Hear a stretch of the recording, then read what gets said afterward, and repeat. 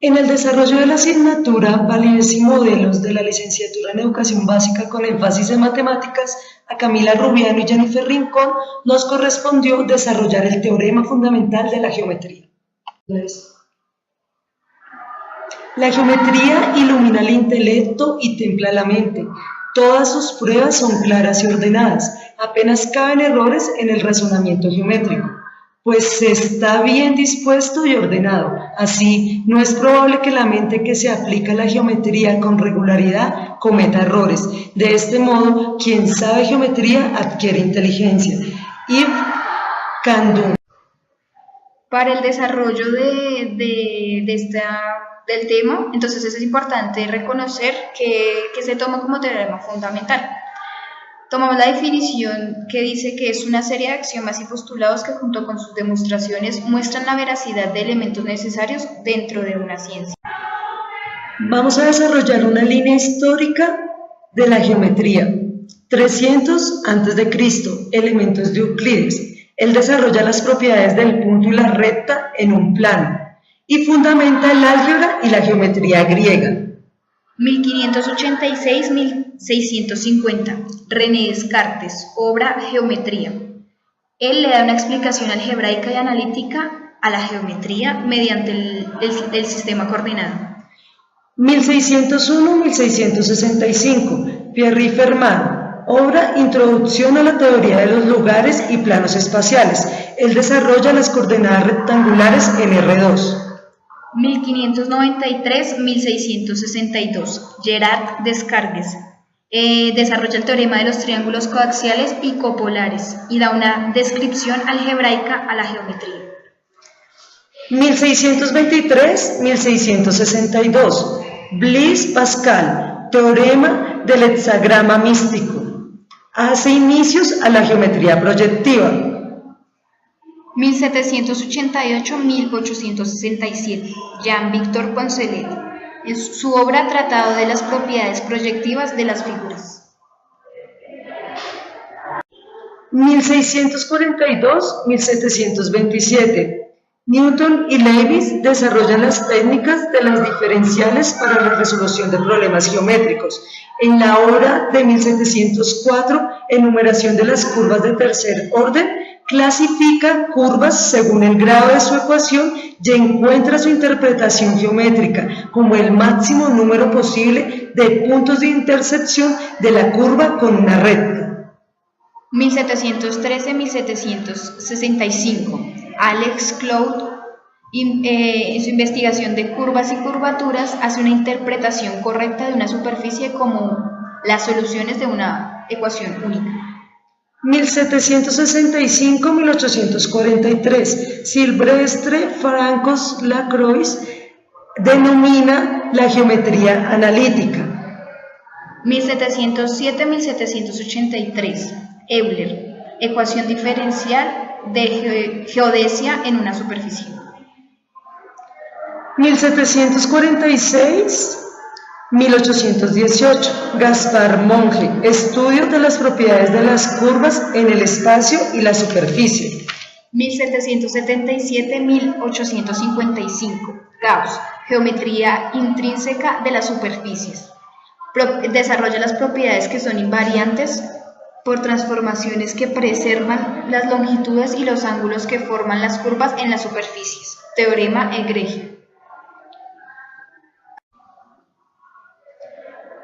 Entre el siglo XVII y el siglo XVIII se desarrollan las geometrías no euclidianas, con el geómetra Gauss con la geometría diferencial, Nikolai Ivanović y János Bolyai con la geometría hiperbólica. Finalmente llegamos a 1826-1886 a Bernard Riemann, quien desarrolla la geometría elíptica. Geometría no euclidiana elíptica o riemanniana. Esta geometría, a diferencia de las geometrías métricas, es decir, geometrías donde está definida la distancia entre dos puntos y la perpendicularidad entre rectas. Una es la geometría de los planos parabólicos, que se obtienen eliminando una recta de un plano proyectivo.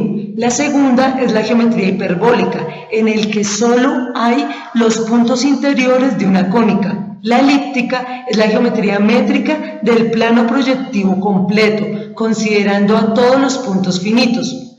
Así como la geometría hiperbólica incumple el postulado 5 de Euclides porque por un punto exterior a una recta pasa más de una paralela, la geometría elíptica lo incumple en sentido contrario.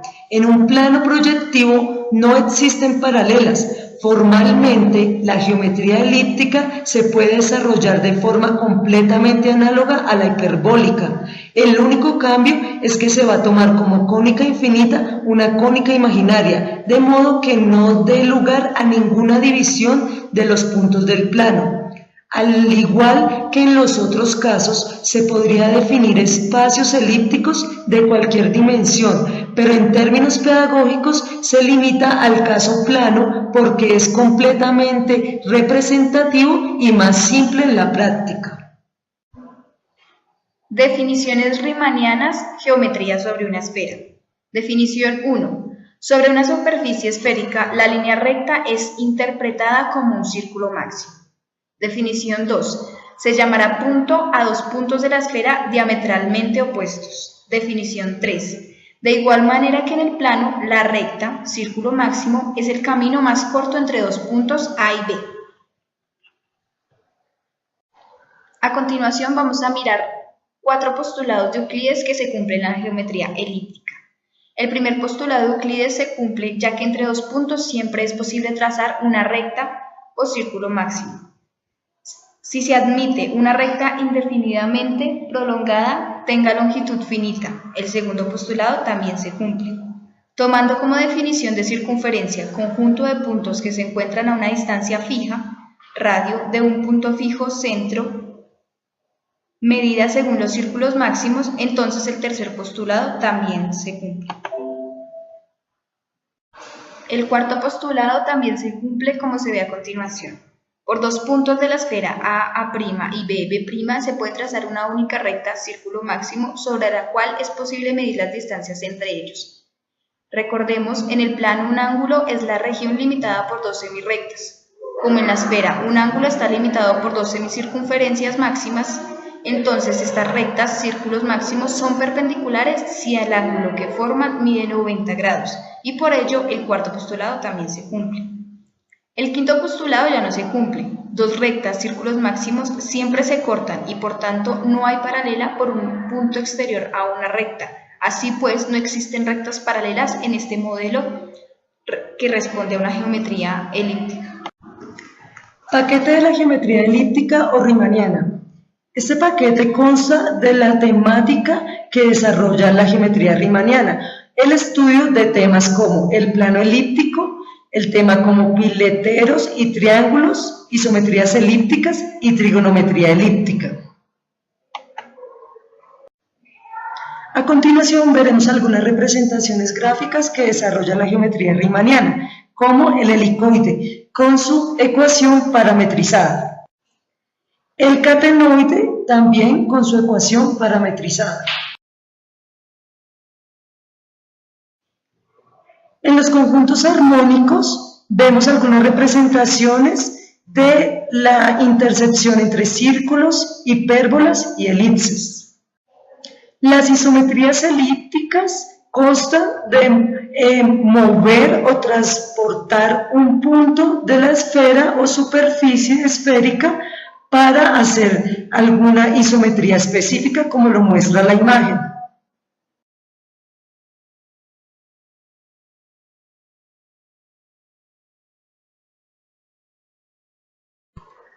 Teniendo claro lo que trata la geometría elíptica o de Riemann, vamos a pasar a dar una mirada al teorema fundamental de la geometría de Riemann.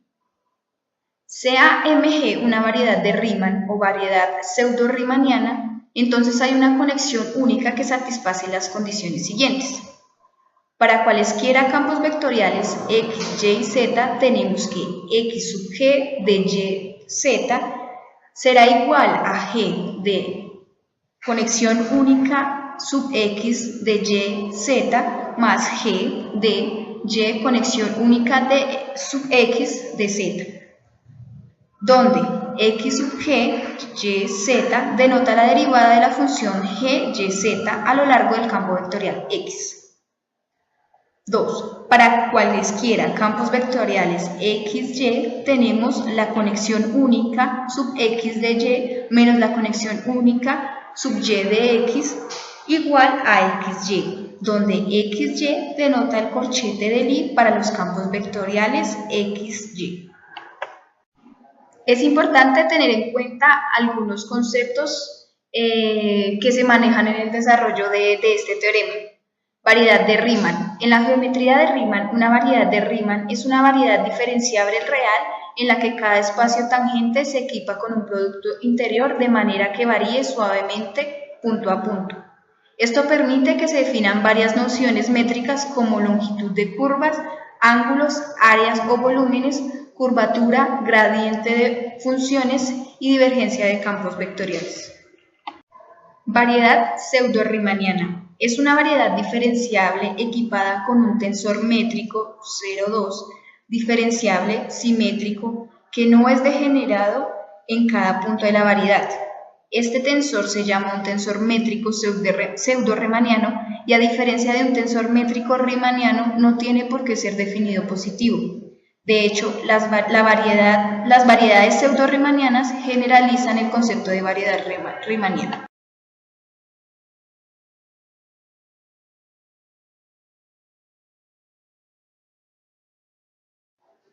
Curvatura. Se refiere a cualquiera de una serie de conceptos vagamente relacionados en las diferentes áreas de la geometría.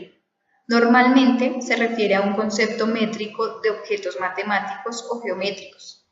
Por extensión, también se usa el término para referirse a un número u objeto matemático que caracteriza la forma y magnitud de la curvatura. Más específicamente, el término curvatura puede referirse a alguno de estos conceptos. En la geometría diferencial de curvas, geometría diferencial de curvas para curvas y radio de curvatura, geometría diferencial general, geometría diferencial de superficies para superficies, tensor de curvatura, 2, forma de curvatura. Física, curvatura del espacio-tiempo. Corchete de Lie suele designar a una operación binaria notada por corchete que al superponerse a la estructura de espacio vectorial junto con unas condiciones de compatibilidad entre operaciones define una estructura algebraica general denominada álgebra de Lie, o un caso particular de la estructura anterior o una operación binaria sobre los campos vectores diferenciales de una variedad corchete de Lie, campo de vectores. Vamos a hacer un acercamiento a la demostración del teorema fundamental de la geometría riemanniana. Para esta demostración se utilizará la notación de Einstein. Considérese el conjunto coordenado local x a la y, donde y va a ser igual a 1, 2, hasta m, que va a ser igual a una dimensión m, y denotemos por espacio vectorial sub i como la proporcionalidad del tensor potenciado sobre el tensor potenciado de x a la y, en el campo de los marcos de base. Los componentes G sub ij son números reales del tensor métrico aplicado a una base, es decir, que G sub ij va a ser congruente con G del espacio vectorial sub i y el espacio vectorial sub j. Para especificar la conexión es suficiente especificar los símbolos de Scheffler, que van desde el vector ij hasta acá, puesto que los símbolos de Christoffel ij hasta acá son los campos coordenados vectoriales.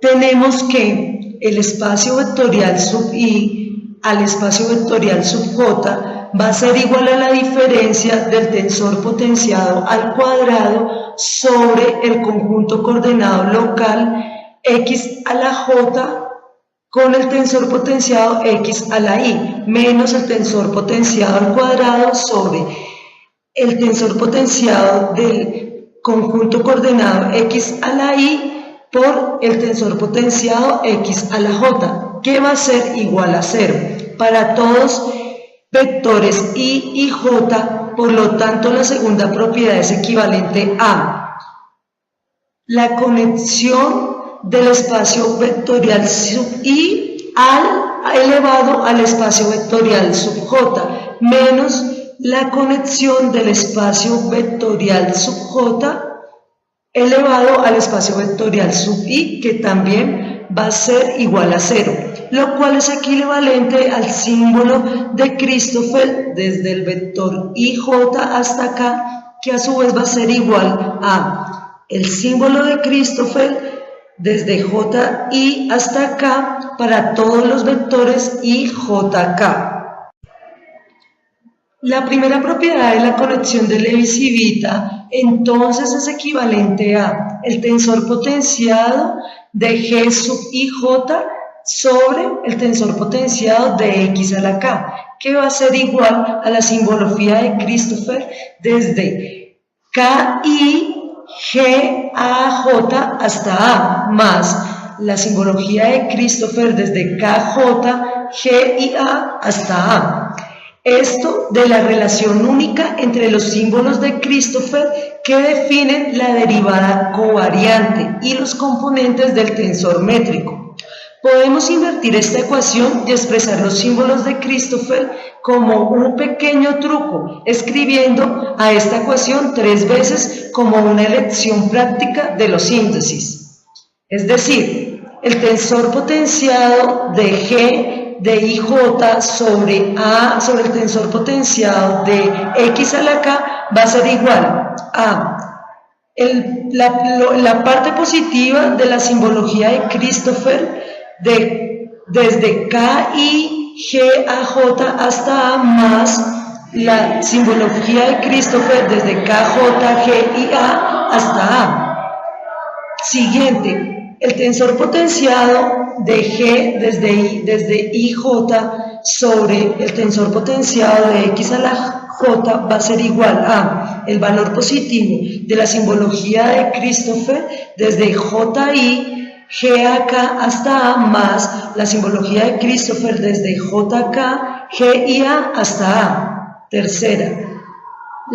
Va a ser la proporcionalidad negativa del tensor potenciado de G sub JK sobre el tensor potenciado X a la I, igual a la parte negativa de la simbología de Christoffel desde IJ de G a K hasta A, menos la simbología de Christoffel de IK de G sub JA hasta A.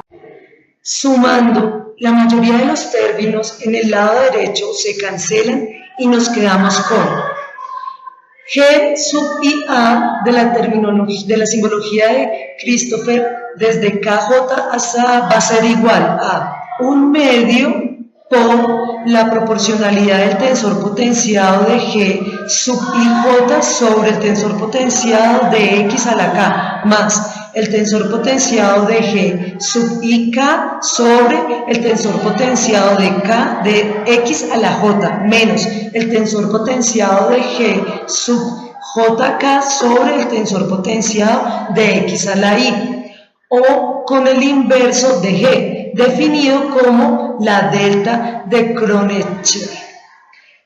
G a la KI por G a la sub IL va a ser igual a delta de Kronecker desde L hasta acá.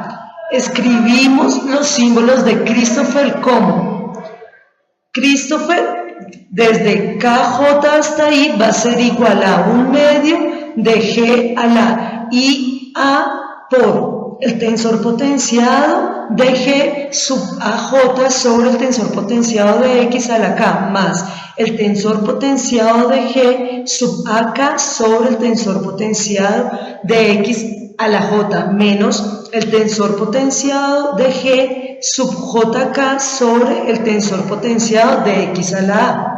Es decir, los símbolos de Christoffel y por lo tanto la derivada covariante son determinados totalmente por la métrica, con las ecuaciones que implican la derivada de la métrica.